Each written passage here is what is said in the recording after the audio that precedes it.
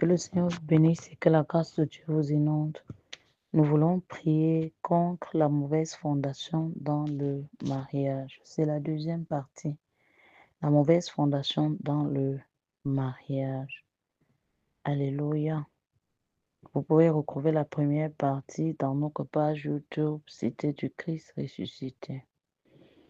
Père, nous te bénissons et te rendons grâce pour ces temps que tu nous accordes. Je te prie, Seigneur, pour toute personne qui nous écoute, Seigneur, afin que tu visites sa destinée maritale, mariée ou pas mariée. Seigneur, visite les fondements, les mauvais fondements dans les familles, les choses qui empêchent aux gens de se marier et même s'ils se sont mariés, d'être heureux, les choses qui attaquent les mariages. Seigneur Dieu, nous crions à toi aujourd'hui afin que tu visites la vie de tout un chacun. Nous te prions d'ouvrir les oreilles, d'ouvrir les yeux spirituels, de te révéler à ton peuple au jour d'aujourd'hui, afin que quiconque connaissait des blocages, des troubles dans sa destinée maritale soit libéré par le sang de Jésus. Tu as paru, Seigneur Jésus, pour libérer les captifs et détruire les œuvres du diable. Je prie en cet instant que tout problème, toute situation maritale affectée par le diable soit guérie au nom de Jésus. Que les mauvais fondements s'ébranlent. Seigneur Dieu, t'ayant dit oui, nous sommes unis à toi. Nous sommes un seul esprit avec toi. Que les forces qui se réclament des vies des familles, au nom de Jésus, attaquant la destinée maritale, attaquant les enfants, les finances, attaquant l'accouchement, au nom de Jésus, que ces forces lâchent prise. Nous venons en ces temps-ci par le sang de Jésus, contrecarrer et attaquer les forces qui oppressent les destinées maritales dans les vies et les familles au nom de Jésus. Les forces qui manipulent même le caractère et le comportement parce qu'on avait dit pas de mariage. Les forces qui au jour d'aujourd'hui créent le rejet, les querelles, les divisions, les mauvaises rencontres, l'impudicité, la polygamie, par le sang de Jésus. Les forces qui disent, vous avez même osé vous marier, vous n'aurez pas d'enfants, ou bien vous aurez des enfants, ils vont vous troubler.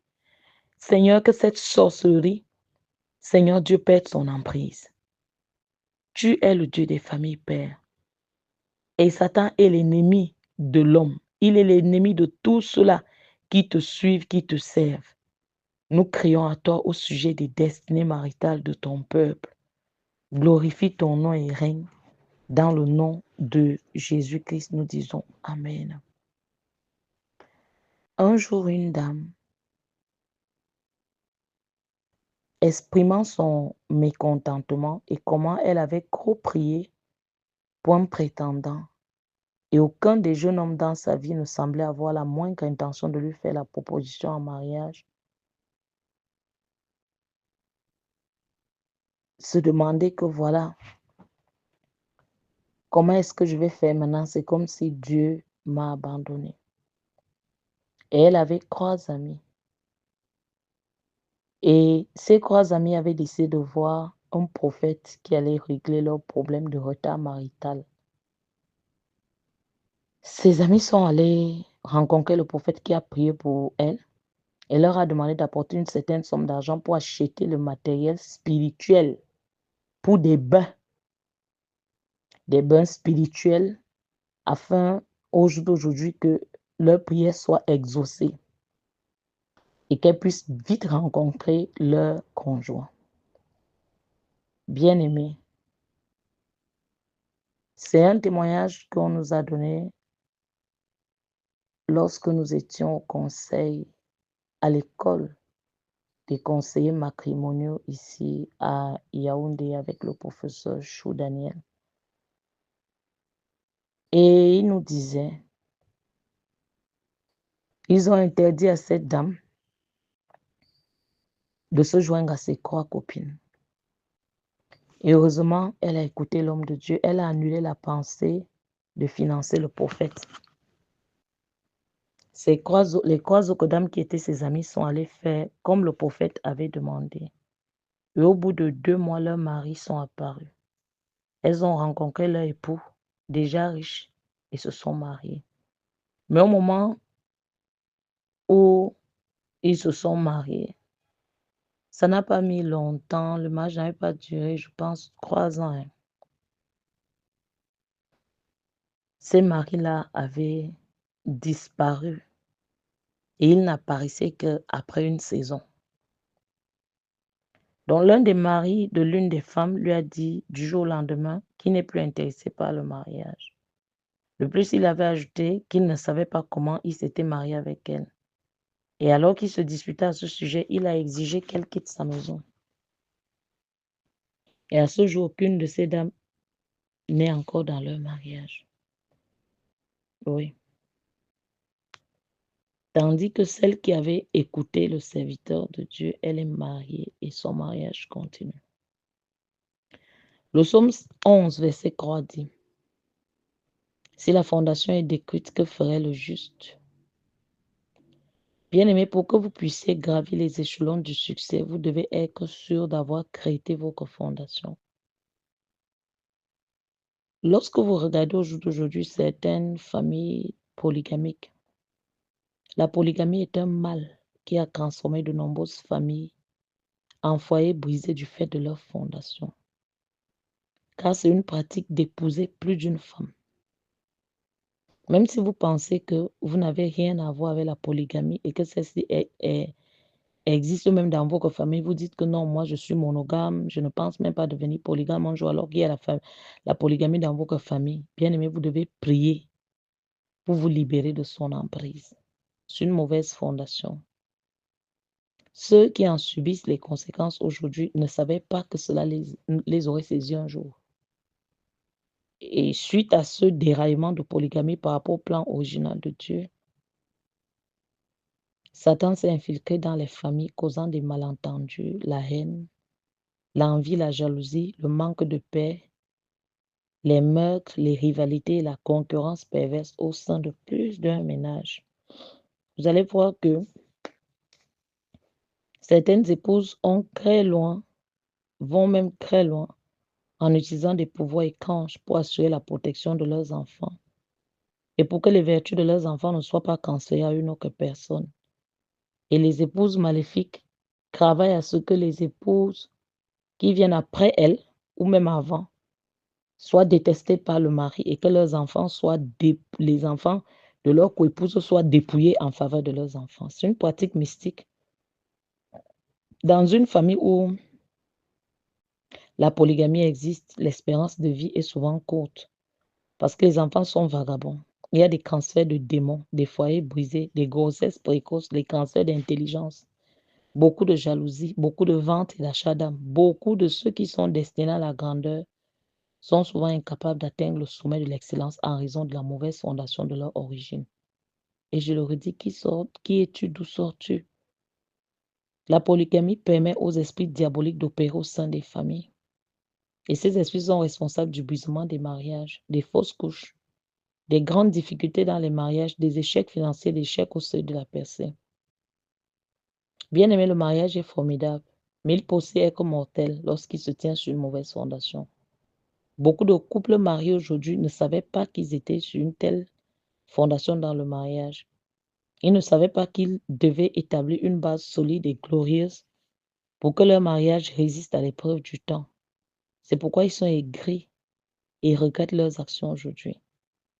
Certains auraient souhaité savoir ce qu'ils savent aujourd'hui avant même de se marier.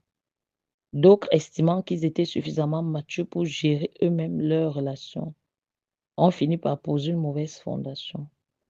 Le résultat en général a toujours été le divorce.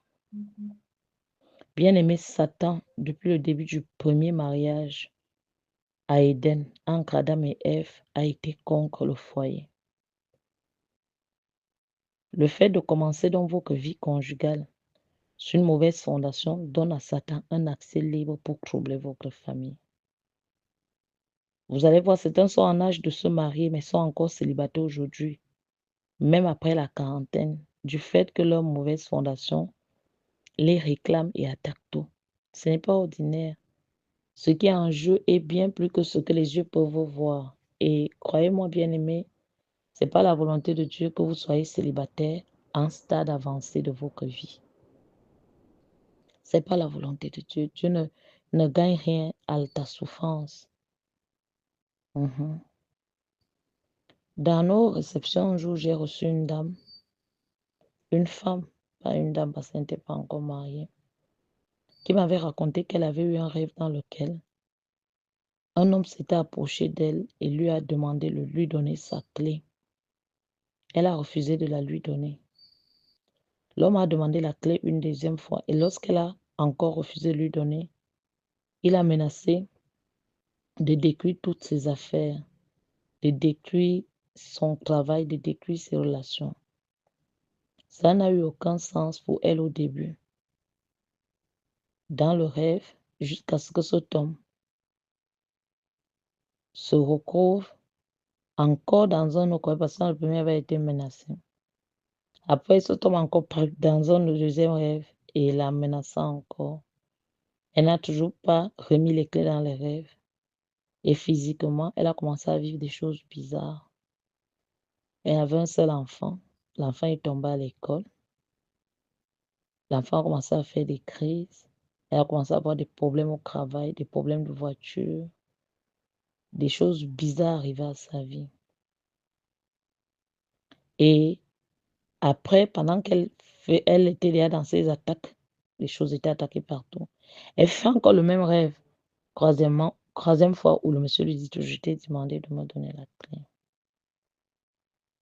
Et le monsieur lui dit, comme tu continues d'insister malgré tout ce qu'elle fait, je vais couper ta tête toi-même. Et dans le rêve, le monsieur a coupé sa tête.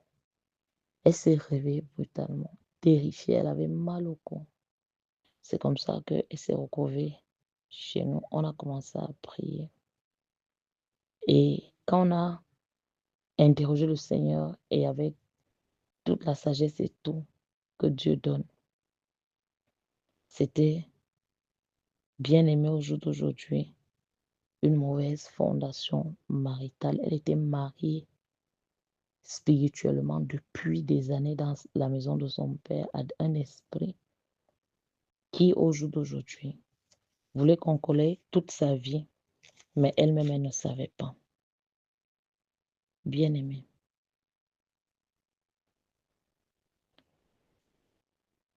Il y a des choses au jour d'aujourd'hui avec lesquelles tu ne devrais pas jouer.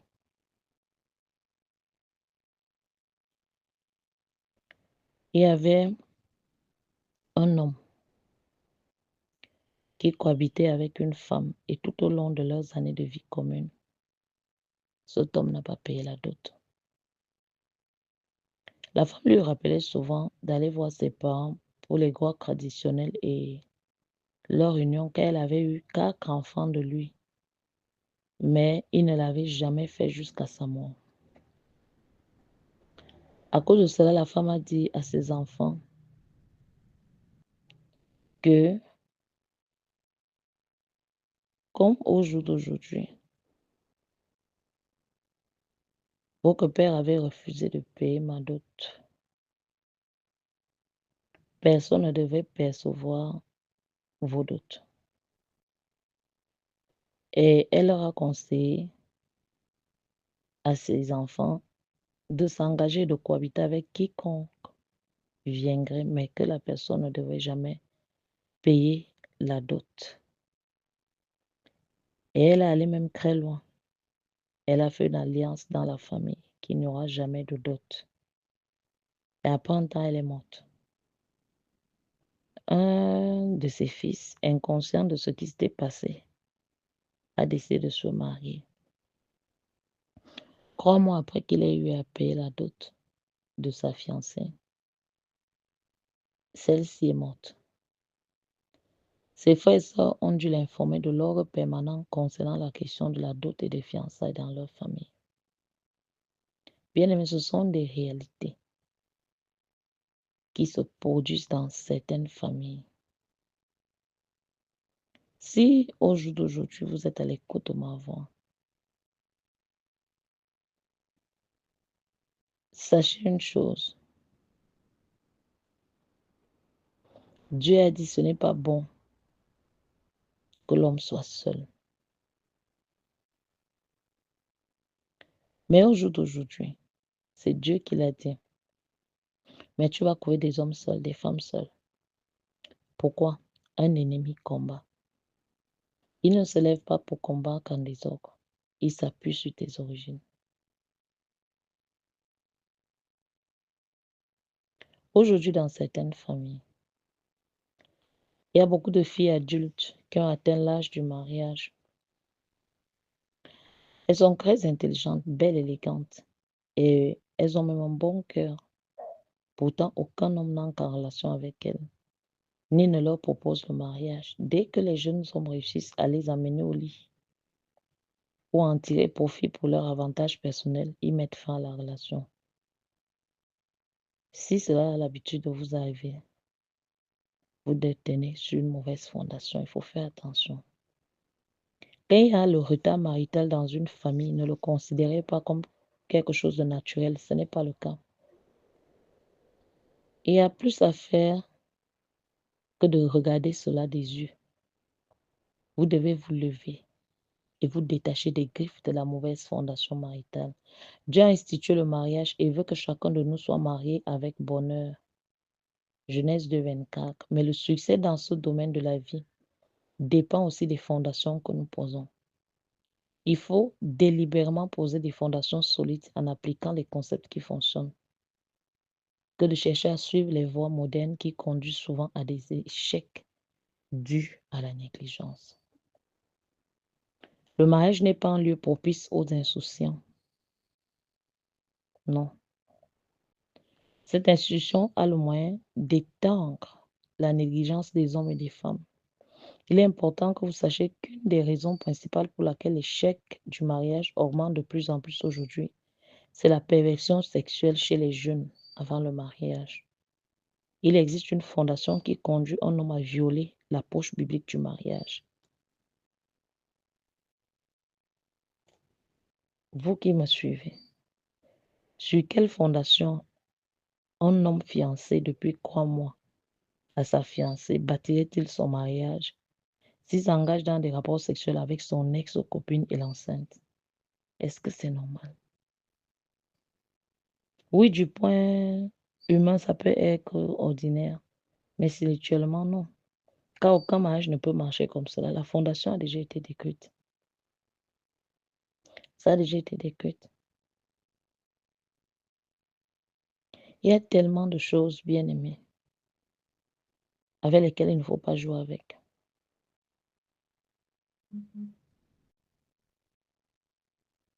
D'où sors-tu? Qui es-tu? Est-ce que tes parents sont mariés? Est-ce qu'ils sont restés ensemble longtemps? Est-ce qu'ils ont vécu heureux? La famille dans laquelle tu pars te marier, ça se passe comment là-bas? Bien aimé, il faut attaquer la mauvaise fondation maritale. Vous allez constater aujourd'hui que la plupart des mariages d'aujourd'hui sont fondés sur une base polluée. Ne nous leurrons pas. Si nous n'avons pas été enseignés et que nous découvrons la vérité, nous devons la partager. La vérité, c'est quoi? Dieu n'acclame pas le rapport sexuel avant le mariage, c'est le péché. Lorsqu'on bâtit le rapport sexuel, le mariage, dans des rapports sexuels d'aujourd'hui, avant le mariage, on est sur une mauvaise fondation. Repentons-nous. Ce n'est pas de Dieu. Si personne n'a eu à nous enseigner ces choses, nous, Dieu nous a oint pour enseigner que ça s'arrête. Les erreurs que nous avions commises, nos enfants ne doivent pas les connaître. Repentez-vous. Dieu n'est pas dans le concubinage. Dieu n'est pas dans les petites amies, l'adultère. Vous devez vous marier, vous aimer. Oui, soyez patient et organisez toutes choses et mariez-vous. Dieu n'acclame pas le rapport sexuel avant le mariage. Et beaucoup de mariages aujourd'hui ne fonctionnent pas à cause de ces choses. Oui, des querelles inconsidérées, des choses bizarres. Un petit malentendu dans le couple et la femme commence à s'agiter pour divorcer de l'homme. Ce n'était pas comme ça avant. Beaucoup de couples se rendent compte aujourd'hui qu'ils traversent des problèmes bizarres. Vous allez constater que ces problèmes-là sont liés à la fondation. Une fois qu'une fondation impie est posée, la main de Dieu Tout-Puissant est automatiquement retirée du mariage et l'échec marital est assuré à moins de se repentir, de revenir à Dieu. Il faut faire très attention. Qu'un homme puisse donner des coups de poing à la femme de sa jeunesse, ce n'est pas seulement un problème de colère, car il reproduit ce que son père faisait déjà à sa mère. Il s'agit là aussi d'un problème de fondation. Et comme il n'a pas réussi à le résoudre avant d'épouser sa femme, il a bâti son foyer là-dessus. Qu'une femme se lève et casse tout dans la maison parce qu'elle est en colère. Bien aimé, ce n'est pas une simple colère que tu vas dire non, c'est juste la colère qui m'a emporté. Non. Il y a des démons derrière. Il y a une mauvaise fondation. Avez-vous déjà brutalisé votre femme et plus tard vous excusez? Cela n'est pas ordinaire. Qu'il y a un pouvoir derrière cette agressivité dans votre fondation qui vous oblige à faire ce que vous allez regretter plus tard. Oui, permettez-moi de vous le dire. Si vous êtes un dictateur chez vous, vous forcerez votre femme à devenir une rebelle. Vous ne pouvez pas obtenir le meilleur d'une femme en étant dure et impitoyable. Oui, les meilleures femmes sont engendrées quand elles sont aimées, choyées, mais pas quand elles sont victimes d'intimidation. Ne laissez pas votre fondation détruire votre foyer. Oui, ce n'est pas par votre bouche, madame, en engueulant, en insultant, en cassant tout, que vous allez pouvoir aujourd'hui arranger certaines choses. La même manière que ta mère engueulait, giflait, cassait tout, détruisait tout. La même manière aujourd'hui, tu es en train de refaire la même chose. Mon frère, ma soeur, répands-toi. Il y a une mauvaise fondation, tel père, tel fils, telle mère, telle fille. Ne nous voilons pas, regarde ce qui se passe. Qui est ta mère? Qui est ton père? Comment est-ce qu'ils ont vécu? Les mêmes querelles, les mêmes divorces, les mêmes impudicités, les mêmes adultères. Tu es en train de reproduire la même chose en coulisses. Le sang parle, le sang crie. Tu ne peux pas regarder ta mère au jour d'aujourd'hui. Tu la regardes, c'est le même sang qui est en toi. Attaque cette chose. Attaque cette chose de la grand-mère. Ne couvre pas ça. Tu as des enfants, ça risque, ou bien vous aurez des enfants, ça risque de vous décueillir. L'une des façons les plus courantes d'établir son foyer sur une mauvaise fondation consiste à souiller aussi le lit matrimonial. Hébreux 13, verset 4 dit que le mariage soit honoré de tous et le lit conjugal exempt de souillure, car Dieu jugera les impudiques et les adultères.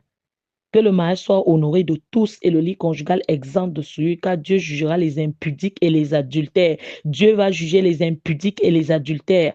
Oui. Il y en a qui ont délibérément décidé d'enceinte leur future femme pour vérifier si elle est féconde.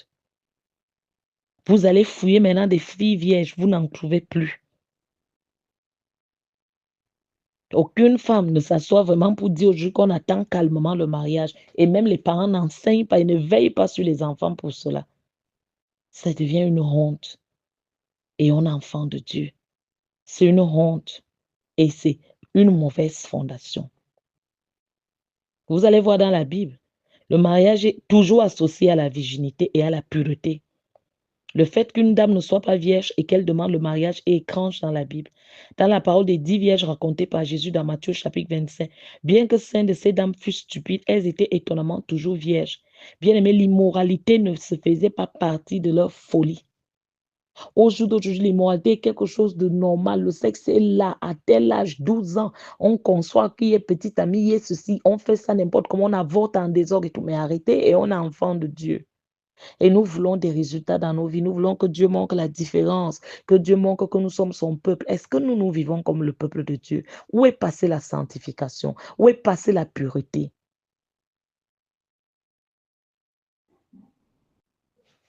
Bien-aimés, si les femmes qui étaient pures pouvaient être stupides, comment décrions-nous beaucoup de femmes de la génération actuelle qui sont plus ou moins des chiennes publiques? Excusez-moi l'expression. Pourtant, on espère avoir des mariages réussis alors que les fondations ne sont pas correctes. La culture de cette génération a énormément changé.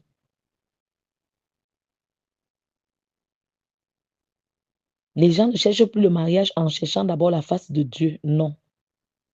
Tu veux te marier, tu ne demandes pas à Dieu, tu ne cherches pas la face de Dieu pour savoir qui épouser. Tu ne fouilles pas si elle craint Dieu, s'il craint Dieu. Non. On regarde les intérêts, c'est tout. On regarde la beauté physique, on regarde ceci. On cherche des raccourcis pour se marier. On se laisse diriger au jour d'aujourd'hui par des chefs spirituels. Pas de parole de Dieu, pas de ceci. Quand il dit les chefs spirituels, c'est que Dieu m'a montré que c'est toi qui es sa femme. Dieu m'a montré que c'est toi qui es son mari.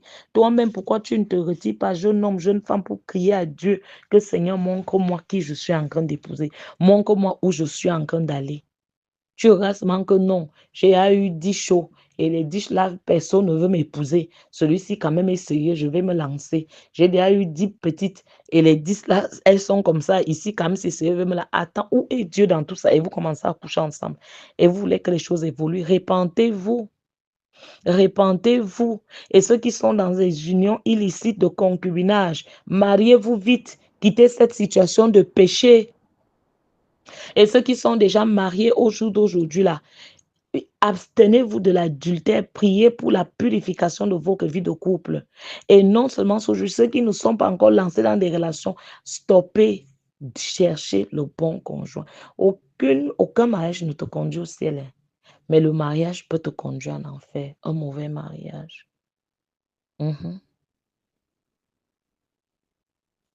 Un jeune homme avant de se marier sort avec 12, 20, 30, 40, 50 femmes.